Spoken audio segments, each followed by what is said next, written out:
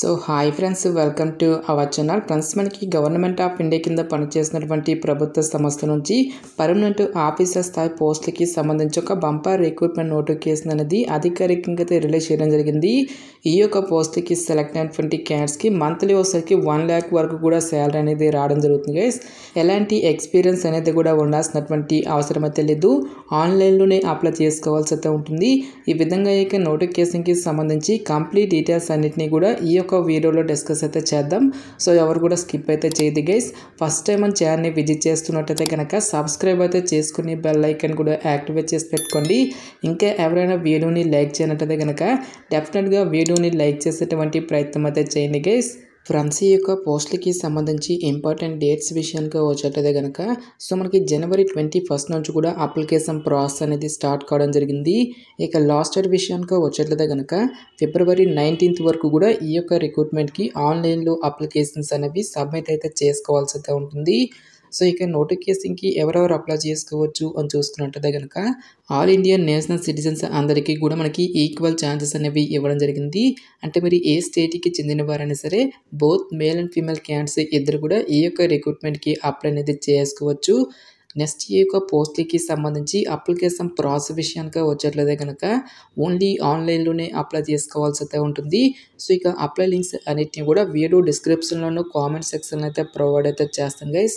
Next ఈ యొక్క పోస్ట్లకి సంబంధించి అప్లికేషన్ ఫీజు విషయానికి వచ్చేట్లయితే కనుక SC ST ఫీమేల్ క్యాండిడేట్స్తో పాటు ఎక్స్-సర్వీస్మెన్ క్యాండిడేట్స్ ఎవరైతే ఉంటారో ఈ యొక్క క్యాండిడేట్స్ ఎటువంటి అప్లికేషన్ ఫీజు అనేది కూడా పే చేయాల్సినటువంటి అవసరం అయితే లేదు.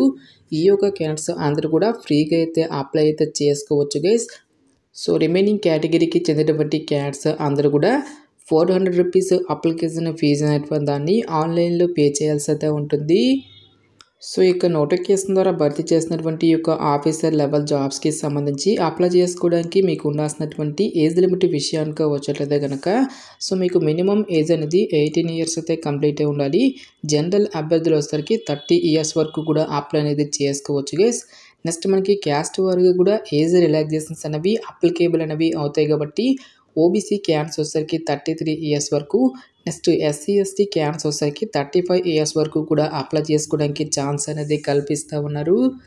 నెక్స్ట్ ఈ యొక్క పోస్ట్లకి సెలెక్ట్ అయినటువంటి క్యాండిడేట్స్కి మనకి పే స్కేల్ అనేది ఏ విధంగా ఉంటుంది అని చూసుకున్నట్లయితే కనుక సెంట్రల్ గవర్నమెంట్ లెవెల్ 10th ప్రకారం సో మనకి బేసిక్ పేనే 56,100 రూపీస్ అనేది పే చేయడం జరుగుతుంది.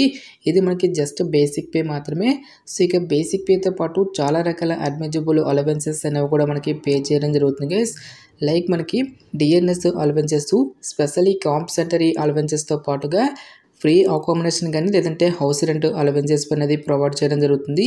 నెక్స్ట్ మనకి ట్రాన్స్పోర్ట్ అలవెన్సెస్తో పాటు leave travel concession, medical facilities అని చెప్పేసి ఈ విధంగా మనకి అన్ని రకాల అడ్మిజిబుల్ అలవెన్సెస్ అన్నీ కలుపుకుంటూ మనకి అప్రాక్సిమేట్లీ వచ్చేసరికి 1 lakh పైగానే మనకి శాలరీ అనేది రావడం జరుగుతుంది గైస్. సో క్యాస్ట్ వైజ్గా వేకెన్సీస్కి సంబంధించిన డీటెయిల్స్ కనుక చూసుకున్నట్లయితే కనుక ఈ యొక్క నోటిఫికేషన్ ద్వారా మనకి అసిస్టెంట్ కమాండెంట్ అనేటువంటి ఈ యొక్క ఉద్యోగాలను అయితే రిక్రూట్మెంట్ అనేది చేయడం జరుగుతుంది గైస్. టోటల్గా మనకి 48 నెంబర్ ఆఫ్ వేకెన్సీస్కి సంబంధించి ఈ యొక్క జాబ్ నోటిఫికేషన్ అనేది రిలీజ్ చేయడం జరిగింది. సో ఇక్కడ మనకి ఏ క్యాస్ట్ వరకు ఎన్నెన్ని వేకెన్సీ అనేవి కేటాయించినటువంటి డీటెయిల్స్ అన్నింటినీ కూడా మనకి ఇక్కడ నోటిఫికేషన్లో క్లియర్గా ఇవ్వడం జరిగింది. అన్ని క్యాస్ట్ల వరకు కూడా వేకెన్సీ అనేవి కేటాయించడం జరిగింది. లైక్ మనకి general, SC ST OBC economically weaker section అని చెప్పేసి ఈ విధంగా మనకి అన్ని క్యాస్ట్ల వరకు కూడా వేకెన్సీ అనేవి కేటాయించడం జరిగింది కాబట్టి సో క్వాలిఫికేషన్ ఉన్నటువంటి ప్రతి ఒక్క క్యాండిడేట్ కూడా ఈ యొక్క రిక్రూట్మెంట్కి అప్లై అనేది చేసుకోండి. నెక్స్ట్ ఈ యొక్క పోస్టులకి సంబంధించి సెలక్షన్ ప్రాసెస్ అనేది ఏ విధంగా ఉంటుంది అని చూసుకున్నట్టయితే కనుక ఓన్లీ 3 stagesలో ఈ యొక్క వేకెన్సీస్కి సంబంధించి సెలక్షన్ అనేది కంప్లీట్ అయితే చేయడం జరుగుతుంది. ఎవరైతే ఇక రిక్రూట్మెంట్కి ఆన్లైన్లో అప్లికేషన్స్ అనేవి సబ్మిట్ చేసినటువంటి క్యాండిడేట్స్కి ఫస్ట్ ఆఫ్ ఆల్గా మనకి ఫిజికలీ ఎఫిషియన్సీ టెస్ట్ అనేది కండక్ట్ చేయడం జరుగుతుంది. ఈ యొక్క PATని ఎవరైతే క్లియర్ చేసినటువంటి క్యాండిడేట్స్కి ఫర్దర్గా మనకి ఫిజికల్ స్టాండర్డ్ టెస్ట్ అనేది కూడా కండక్ట్ చేయడం జరుగుతుంది guys. First of all physical efficiency టెస్ట్కి సంబంధించిన డీటెయిల్స్ కనుక చూసుకున్నట్లయితే కనుక ఆల్ మేల్ క్యాండిడేట్స్ అందరికీ కూడా మనకి 100 meters పాటు కూడా రేస్ అనేది ఉంటుంది. ఓన్లీ 18 secondsలో ఈ యొక్క రేస్ అనేది మీరు కంప్లీట్ చేయాల్సి అయితే ఉంటుంది గైస్. నెక్స్ట్ మనకి 800 meters వరకు కూడా మరొక రేస్ అనేది ఉంటుంది. 4 minutesలో ఈ యొక్క రేస్ అనేది మీరు కంప్లీట్ చేయాల్సి అయితే ఉంటుంది. నెక్స్ట్ మనకి 11 feet వరకు కూడా లాంగ్ జంపు, 14 ఫీట్ వరకు కూడా షార్ట్ పుట్ అనేది ఉంటుంది. నెక్స్ట్ ఫీమేల్స్కి సంబంధించిన డీటెయిల్స్ కనుక చూసుకున్నట్లయితే కనుక 100 మీటర్స్ రేస్ని మీరు 20 సెకండ్స్లో అయితే కంప్లీట్ చేయాల్సి అయితే ఉంటుంది. నెక్స్ట్ 800 మీటర్స్ రేస్ని మీరు 5 మినిట్స్లో అయితే కంప్లీట్ చేయాల్సి అయితే ఉంటుంది గైస్. నెక్స్ట్ 9 ఫీట్స్ వరకు కూడా లాంగ్ జంప్ అనేది ఉంటుంది. సో ఇక్కడ టెస్ట్లు అన్నిటిని కూడా మనకి ఫిజికలీ ఎఫిషియన్సీ టెస్ట్లో అయితే మనకి కండక్ట్ చేయడం జరుగుతుంది గైస్. సో ఇక ఫిజికలీ ఎఫిషియన్సీ టెస్ట్ని క్లియర్ చేసినటువంటి క్యాడర్స్కి ఫర్దర్గా మనకి ఫిజికల్ స్టాండర్డ్ టెస్ట్ అనేది కండక్ట్ చేయడం జరుగుతుంది. సో ఫిజికల్ స్టాండర్డ్ టెస్ట్కి సంబంధించిన డీటెయిల్స్ కనుక చూసుకున్నట్లయితే కనుక ఆల్ మేల్ క్యాడర్స్ అందరూ కూడా 165 సెంటీమీటర్స్ అనేది హైట్ అయితే ఉండాల్సి అయితే ఉంటుంది. ఫీమేల్ క్యాడర్స్ వచ్చేసరికి జస్ట్ మీరు 157 సెంటీమీటర్స్ అనేది ఉంటే సరిపోతుంది గైస్.